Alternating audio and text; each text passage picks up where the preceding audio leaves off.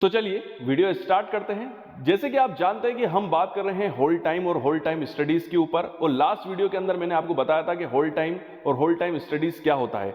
ये पार्ट 2 है जिसके अंदर हम बात करेंगे उन इंपॉर्टेंट फैक्टर्स के बारे में जो कि होल्ड टाइम और होल्ड टाइम स्टडीज को इफेक्ट करते हैं। साथ ही साथ आपको भी जानना बहुत जरूरी है इन फैक्टर्स के बारे में अगर आपको होल्ड टाइम और होल्ड टाइम स्टडीज के ऊपर अगर फार्मा इंडस्ट्री में काम करना है। तो ये चीज आपको पता होनी चाहिए, चाहे आप क्यूसी में काम कर रहे हो या प्रोडक्शन डिपार्टमेंट में काम कर रहे हो या आप काम करना चाहते हो, आपको इन सभी पॉइंट्स के बारे में पता होना चाहिए।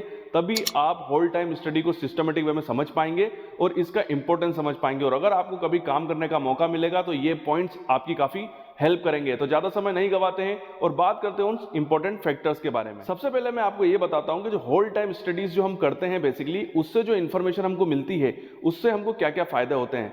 सबसे पहले अगर आपको कोई भी प्रोडक्ट अगर एक लार्ज स्केल और बड़े स्केल पे अगर आपको बनाना होगा तो आपको होल टाइम स्टडी से रिलेटेड इंफॉर्मेशन काफी काम आएगी। अगर आप प्रोसेस वैलिडेशन करना चाहते हैं, किसी भी मैन्युफैक्चरिंग प्रोसेस का वैलिडेशन करना चाहते हैं, तो उस मैन्युफैक्चरिंग प्रोसेस के वैलिडेशन में ये होल टाइम स्टडी से रिलेटेड सारी इंफॉर्मेशन आपके काफी काम की होगी। साथ ही साथ अगर प्रोडक्शन डिपार्टमेंट में या क्यूसी डिपार्टमेंट में अगर कोई डेविएशन हो गया है तो डेविएशन की रिपोर्ट या डेविएशन की अगर आप जांच करेंगे, खासकर ये क्यूए डिपार्टमेंट वालों के लिए बहुत इंपॉर्टेंट होगा, जो क्वालिटी एश्योरेंस डिपार्टमेंट के लोग होंगे, या क्योंकि वो फिर प्रोडक्शन डिपार्टमेंट और क्यूसी के साथ मिलकर काम करते हैं। तो ये जो अगर आप डेविएशन हो रहा है, मतलब कोई ड्रग फेल हो गई है क्यूसी के अंदर, तो वो क्यों फेल हुई उससे रिलेटेड अगर आपको होल टाइम स्टडी से रिलेटेड आपको उसकी इंफॉर्मेशन पता है कि ये ड्रग जो है वो पर्टिकुलर स्टोरेज कंडीशन में डिग्रेड हो जाती है या इस कंडीशन में डिग्रेड हो जाती है, इतने टाइम तक इसको स्टोर नहीं कर सकते हैं, तो ये इंफॉर्मेशन आपको डेविएशन का पता लगाने या डेविएशन के रीजन का पता लगाने में काफी हेल्प करेगी। होल टाइम स्टडी करते समय एक पॉइंट बहुत इंपॉर्टेंट होता है और वो भी आपको याद रखना है अगर आपको होल टाइम स्टडी करने का मौका मिलता है, वो ये होता है कि जब भी किसी ड्रग का मैन्युफैक्चरिंग होती है, तो मैंने आपको बताया था कि हर ड्रग के मैन्युफैक्चरिंग की जो स्टेजेस होती हैं उन स्टेजेस में कई क्रिटिकल पॉइंट्स होते हैं जहां पर ड्रग के अंदर कोई इंप्योरिटी आ सकती है या ड्रग डिग्रेड हो सकती है। यहां पर होल टाइम स्टडी करते समय उन सभी पॉइंट्स को हमको याद रखना पड़ता है। देखिए पॉइंट्स का मतलब है कि ड्रग जो होती है वो डिफरेंट डिफरेंट स्टेजेस से होकर गुजरती है जब वो प्रोड्यूस होती है। जैसे मैंने आपको टेबलेट के बारे में बताया था कि टेबलेट के अंदर पहले डिस्पेंसिंग होती है, फिर सीविंग होती है, फिर मिक्सिंग होती है, फिर उसके अंदर लुब्रिकेंट्स और ग्रेनुलेशन होता है, उसके बाद उसके अंदर आपको उसका कंप्रेशन करना है, कंप्रेशन करने के बाद उसकी कोटिंग करके फिनिश होता है। तो ये सारी स्टेज होती है। इन स्टेजेस के बीच में ही कई बार कुछ ऐसी कंडीशन आती है जहां पर आपकी ड्रग डिग्रेड हो सकती है या उसके अंदर इंप्योरिटी इंटर हो सकती है। तो उन स्टेजेस को हमको हमेशा याद रखना है और उन पॉइंट्स पे हमको, मतलब वो पॉइंट्स जहां पर ड्रग डिग्रेड हो सकती है या क्रिटिकल पॉइंट्स है, वहां पर हमको ड्रग को स्टोर करना होता है और वहां पर हमको हर पैरामीटर पर ड्रग की चेकिंग करनी होती है, क्योंकि वहां पर ड्रग के अनस्टेबल होने के या ड्रग के अंदर इंप्योरिटी या डिग्रेड होने के चांसेस काफी ज्यादा होते हैं। तो इन क्रिटिकल पॉइंट्स पे हमको होल टाइम स्टडी करना बहुत जरूरी होता है, क्योंकि यहीं पे हमारी ड्रग में प्रॉब्लम आ सकती है। इंपॉर्टेंट चीज ये भी है कि जितने भी होल टाइम स्टडीज होती हैं वो प्रॉपर तरीके से रिटर्न होती हैं और उनके प्रोटोकॉल्स भी होते हैं। ऐसा नहीं होता है कि हर ड्रग के अपने हिसाब से आप कर लेंगे, ऐसा नहीं होता है। इसका प्रॉपर प्रोसीजर होता है, इसकी एसओपी होती है जिसको फॉलो किया जाता है। सारी एक्टिविटीज जो आप एक नेचुरल ड्रग के साथ परफॉर्म करते हैं वो होल टाइम स्टडी करते समय भी आपको सारे टेस्ट परफॉर्म करने पड़ेंगे। सारे टेस्ट परफॉर्म करने के साथ साथ जो पैरामीटर्स आपने सेट किए हैं उसी पैरामीटर से हम होल टाइम स्टडी करते समय भी ड्रग को चेक करेंगे। तो ऐसा नहीं होता है कि कुछ स्पेशल कंडीशंस होती है होल टाइम के लिए, बट हाँ आपको सारे पैरामीटर्स बिल्कुल वैसे ही परफॉर्म करने हैं जैसे आप एक नॉर्मल ड्रग के लिए परफॉर्म करते हैं जब आप होल टाइम स्टडी करेंगे। यहां पर एक बहुत इंपॉर्टेंट चीज है और वो मेरे को भी बहुत सही लगी और वो होना भी चाहिए। जब हम होल टाइम स्टडी करते हैं तब हम जो हमारे रिजल्ट्स होते हैं, मतलब जो हम टेस्ट के जो पैरामीटर्स हैं जिन्हें हम स्पेसिफिकेशंस कहते हैं, उनको हम थोड़ा सा बढ़ा देते हैं। बढ़ा देने का मतलब ये है, बढ़ाने का मतलब ये नहीं है कि रिजल्ट बढ़ा दिया। जैसे कि एग्जाम्पल के लिए कि अगर कोई ड्रग है ऐसे है और हम उस ड्रग का ऐसे परफॉर्म करते हैं तो ऐसे की लिमिट कितनी होती है 98 से 101%। तो हम यहाँ पर लिमिट को थोड़ा सा बढ़ा देंगे, मतलब 98 से 101% को हम कर सकते हैं 99 से 100, मतलब यहीं पे हमारे रिजल्ट आने चाहिए, क्योंकि यहाँ पर हमको बहुत ज़्यादा एक्यूरेसी चाहिए होती है जब हम होल टाइम स्टडी करते हैं।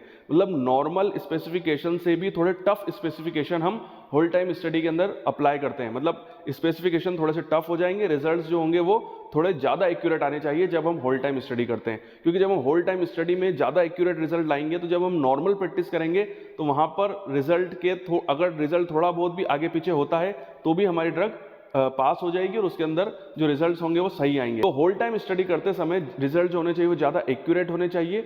रीज़न उसका मैंने आपको बता दिया है, क्योंकि एक्यूरेसी होगी, क्योंकि देखिए अगर एक्यूरेसी नहीं होगी और आप मान रहे हैं जो नॉर्मल टेस्ट रिजल्ट है वैसे के वैसे अगर आप होल्ड टाइम स्टडी में भी रिजल्ट मान लेंगे तो, और उस कंडीशन के बाद जब हम नॉर्मल प्रैक्टिस में आएंगे और वहाँ पर रिजल्ट्स में कुछ प्रॉब्लम आए, जरा सा फ्लक्चुएशन हुआ तो वहाँ पर प्रॉब्लम आ सकती है। इसीलिए हम होल टाइम स्टडी करते समय हमारे रिजल्ट को ज़्यादा एक्यूरेट बनाते हैं, जिससे कि बाद में जब हम प्रैक्टिस करें तो उस समय कोई प्रॉब्लम ना आए। होल टाइम स्टडी करते समय हमको हमारी ड्रग के अंदर माइक्रोबायोलॉजिकल टेस्ट भी लगाने होते हैं, क्योंकि कई ड्रग ऐसी होती हैं जिनके अंदर माइक्रोबियल ग्रोथ भी हो सकती है, तो हमको माइक्रोबायोलॉजिकल टेस्ट भी परफॉर्म करने होते हैं। एक चीज़ बहुत इंपॉर्टेंट है और ये भी हमको याद रखनी है कि जो भी टेस्ट हम होल टाइम स्टडी के समय परफॉर्म करेंगे वो पूरी तरीके से वैलिडेटेड होने चाहिए और एक्यूरेट होने चाहिए। मतलब ये नहीं कि आपने कोई भी अननेसेसरी टेस्ट लगा दिया, सारे टेस्ट पहले से ही वैलिडेटेड होने चाहिए और उसी के बाद हमको होल टाइम स्टडी करते समय अपनी ड्रग के ऊपर अप्लाई करना है। उसके अलावा जब हम होल टाइम स्टडी करते हैं तो जैसे मैंने आपको बताया कि समय समय पर सैंपल विड्रॉ किए जाते हैं और वो सैंपल जो होते हैं वो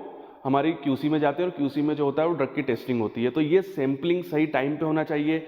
अलग अलग कंडीशन में हमको सैंपल को विड्रॉ करना है, मतलब इंटरमीडिएट पे, बल्क में, फिनिश कंडीशन में, अलग अलग टाइम इंटरवल पे हमको सैंपल को विड्रॉ करना है। दूसरी चीज़ ये कि सैंपल की जो क्वांटिटी होगी वो इस बात पे डिपेंड करेगी कि हमको टेस्ट कितने परफॉर्म करने हैं। मतलब अगर हमको ज़्यादा टेस्ट परफॉर्म करने हैं तो उस हिसाब से हमको सैंपलिंग करनी होती है। अगर कम टेस्ट परफॉर्म करने हैं तो सैंपल की क्वांटिटी भी हमको कम लेनी होती है। तो सैंपल की क्वांटिटी जो होगी वो टेस्ट के ऊपर डिपेंड करती है कि हमको टेस्ट में कितनी क्वांटिटी चाहिए। जब हम टेस्ट परफॉर्म करते हैं तो टेस्ट के जो रिजल्ट्स होते हैं उन रिजल्ट्स को हम कंट्रोल सैंपल या आप कह सकते हैं कि स्टैंडर्ड के साथ कंपेयर करते हैं। और तो आपको पता ही है कि एनालिसिस के अंदर जितने भी रिजल्ट्स होते हैं वो स्टैंडर्ड के साथ ही कंपेयर किए जाते हैं। बट एक चीज़ मैं आपको बता दूं कि होल टाइम स्टडी के अंदर भी यही होता है कि हमारे पास ड्रग का प्योर फॉर्म भी प्रेजेंट होता है और प्योर के जो रिजल्ट होंगे वो होल टाइम स्टडी करते समय जो हमारी ड्रग है या हमारा जो प्रोडक्ट है उसके रिजल्ट्स और हमारे स्टैंडर्ड के रिजल्ट मैच होने चाहिए। तो दूसरा पॉइंट ये है जो कि होल टाइम स्टडी में बहुत ही इंपॉर्टेंट रोल प्ले करता है, वो ये होता है कि जब हम सैंपलिंग करते हैं तो सैंपलिंग करते समय सारे सैंपल हमको एक ही बैच से विड्रॉ नहीं करने हैं, हमको अलग अलग बैचेस से सैंपल विड्रॉ करने हैं टेबलेट की अलग अलग कंडीशन में। मतलब इंटरमीडिएट हो गया या फिनिश हो गया या कोर स्टेज में हो गया या बल्क प्रोडक्ट स्टेज में हो गया, आपको एक बेस से नहीं अलग अलग बैचेस से सैंपल को विड्रॉ करना होता है। होल टाइम होता है। देखिए अब एक क्वेश्चन ये भी उठता है कि सर होल्ड टाइम हमको कैसे पता चलेगा कि किस ड्रग को कितना देर तक हमको होल्ड करके रखना है, कितनी देर तक हमको एनालिसिस करना है। तो ये उस बात पे डिपेंड करता है जितना आपने उस ड्रग के केमिकल नेचर को पहचाना है, उसके स्ट्रक्चर एक्टिविटी रिलेशनशिप के ऊपर आपने जितना काम किया है, जितनी आपके पास नॉलेज है, साथ ही साथ आपने उसको जितना स्ट्रेस कंडीशन के अंदर रख के देखा है, उससे जो इन्फॉर्मेशन हमको मिलती है उसके हिसाब से हम उसकी होल्ड टाइम डिटरमाइन करते हैं कि कितनी देर तक हमको उस ड्रग को एज ए होल्ड करके रखना है, स्टोर करके रखना है, और उसी के हिसाब से हम उसका होल्ड टाइम कैलकुलेट करते हैं। सैंपल को क्यूसी के अंदर या कहीं पे भी उसकी होल्ड टाइम स्टडी कर रहे हैं। देखिए होल्ड टाइम स्टडी अगर आप क्यूसी में कर रहे हैं या किसी और आपके पास आपकी इंडस्ट्री के अंदर कोई और जगह है जहां पर आपने ड्रग को स्टोर करके रखा है और वहां पर आप उसकी होल्ड टाइम स्टडी कर रहे हैं, तो एक चीज़ आपको याद रखनी है कि आपको सेम वही कंडीशन प्रोवाइड करानी है जो आपके प्रोडक्शन एरिया की है। ऐसा नहीं कि आपके प्रोडक्शन एरिया में कंडीशन कुछ और है और आप जहाँ होल्ड टाइम स्टडी कर रहे हैं वहाँ पर कंडीशन कुछ और है। मतलब इन्वायरमेंटल कंडीशन अलग है, वहाँ पर तो प्रॉपर तरीके से टेम्परेचर मेंटेन है, रूम टेम्परेचर मेंटेन हो रहा है, वहाँ पर ना कोई आ रहा है ना जा रहा है। और जब आप वहाँ पर आपने स्टडी कर ली और वहाँ पर आपने पता भी कर लिया, बट जब आपने एक्चुअल परफॉर्मेंस स्टार्ट करी, एक्चुअल उसको स्टोर करना स्टार्ट किया, तो वहाँ पर ना रूम टेम्परेचर मेंटेन हो रहा है, वहाँ पर कोई भी आ रहा है जा रहा है जिससे कि ड्रग के अंदर इम्प्योरिटी जा सकती है। तो वैसा नहीं होना चाहिए। आपके पास जैसी कंडीशन है वैसी कंडीशन में ही आपको होल्ड टाइम स्टडी करनी है। यहाँ पर एक बहुत इंपॉर्टेंट पॉइंट है जो कि क्यूए के अंडर में आता है, वो ये है कि अगर आपका प्रोडक्ट है और उसकी होल्ड टाइम स्टडी हो रही है और उस होल्ड टाइम स्टडी के बीच में अगर उसका जो इंटरमीडिएट स्टेज थी या उसकी बल्क प्रोडक्ट स्टेज थी और उनके जो रिजल्ट्स आए, जो हमने क्यूसी एनालिसिस किया और वहाँ पर जो रिजल्ट्स आए थे, उन रिजल्ट्स के अंदर कुछ ऊपर नीचे हुआ था, कुछ चेंजेस देखे गए थे, तो इस कंडीशन में जब उसका फिनिश प्रोडक्ट आता है तो उसकी होल्ड टाइम स्टडी थोड़ी लंबी करी जाती है, थोड़ी देर तक की जाती है, यानी उसका टाइम पीरियड बढ़ा दिया जाता है। उसका रीज़न ये होता है क्योंकि आपने ये चीज़ देखी थी कि उसका जब प्रोडक्शन हो रहा था तो उस स्टेज में उसकी होल्ड टाइम स्टडी के बीच में कुछ चेंजेस आए थे, इसीलिए हम उसका फिनिश प्रोडक्ट की भी होल्ड टाइम स्टडी थोड़ी देर तक करते हैं। उसका रीज़न ये होता है कि हो सकता है कि ये जो फिनिश प्रोडक्ट है ये अभी तो किसी टाइप का चेंजेस नहीं शो कर रहा है, बट जब ये मार्केट में जाएगा 1 महीने 2 महीने 3 महीने और उसके बाद उसके अंदर किसी टाइप की इंप्योरिटी जनरेट हो जाए या कोई एडवर्स इफेक्ट साइड इफेक्ट वो शो कर दे, इस वजह से अगर आपका प्रोडक्ट मैन्युफैक्चरिंग के समय अलग अलग स्टेजेस में उसके रिजल्ट्स चेंज हो रहे हैं तो आपको उसका फिनिश थोड़ी देर तक उसका होल्ड टाइम स्टडी करनी पड़े। एक पॉइंट बहुत इंपॉर्टेंट है और ये आपके नॉलेज के लिए बहुत अच्छा है और इंटरव्यू पर्पज से भी बहुत अच्छा काम आएगा। वो ये होता है कि जो ड्रग की शेल्फ लाइफ होती है वो उस टाइम से कैलकुलेट होती है जब एपीआई को एडिटिव के साथ ऐड किया जाता है। जैसे ही आपकी एपीआई एडिटिव के साथ ऐड हो जाती है, मिक्स हो जाती है, उसी समय से उस ड्रग की शेल्फ लाइफ को कैलकुलेट करना स्टार्ट कर दिया जाता है। तो आपको एक चीज याद रखनी है कि ड्रग की शेल्फ लाइफ तब स्टार्ट होती है जब एपीआई को एडिटिव्स के साथ ऐड किया जाता है। यहां पर एक बहुत इंपॉर्टेंट चीज है और ये पॉइंट्स देखा गया है जिसमें वर्ड यूज किया था नॉर्मली इंटरमीडिएट स्टेज पे, कोर स्टेज पे और बल्क स्टेज पे, बल्क प्रोडक्ट स्टेज पे ड्रग को ज़्यादा देर तक स्टोर नहीं किया जाता है, ज़्यादा देर तक उसको होल्ड नहीं किया जाता है, क्योंकि उसका रीज़न ये है कि वहाँ पर इम्प्योरिटी आने के या उसके डिग्रेड होने के चांसेस काफ़ी ज़्यादा होते हैं। इसीलिए ड्रग को फिनिश स्टेज पे ज़्यादा देर तक आप स्टोर कर सकते हैं, होल्ड कर सकते हैं, बट जब ड्रग मिड स्टेज पे होती है प्रोडक्शन के, वहाँ पर आप ड्रग को ज़्यादा देर तक स्टोर नहीं कर सकते हैं। तो यहीं पर मैं ये वीडियो कंप्लीट करता हूं और ये वीडियो आपको कैसा लगा कमेंट्स में मुझे जरूर बताइएगा। अगला पार्ट जो इसका थर्ड पार्ट होगा वहां पर हम डिस्कस करेंगे कि होल्ड टाइम स्टडीज की रिपोर्ट कैसे बनाई जाती है। ये वीडियो उन स्टूडेंट्स के लिए काफी इंपॉर्टेंट होने वाला है जो प्रोडक्शन डिपार्टमेंट में या क्यूए डिपार्टमेंट में काम करना चाहते हैं, क्योंकि आपको रिपोर्ट्स के बारे में पूरा नॉलेज होना चाहिए, कैसे बनाई जाती है, क्या इंफॉर्मेशन उसमें डाली जाती है। ये बात करेंगे हम इसके अगले वीडियो के अंदर या अगले पार्ट के अंदर। तो आपकी उज्जवल भविष्य की कामना करता हूं और यूं ही बने रहिए मेरे साथ। आपके लिए आज की एक बहुत बड़ी खुशखबरी है। तो आज मैं मेरे सभी स्टूडेंट्स को जवाब देने के लिए मैंने एक ट्रिक निकाली और उसको ये है कि मैं अब आने वाला हूं लाइव, और लाइव आके मैं आपसे सीधा इंटरेक्ट करूंगा और आपके क्वेश्चंस का जवाब दूंगा। अब आपके दिमाग में ये क्वेश्चन उठ रहा होगा कि सर लाइव आओगे कहां पर और कब आओगे?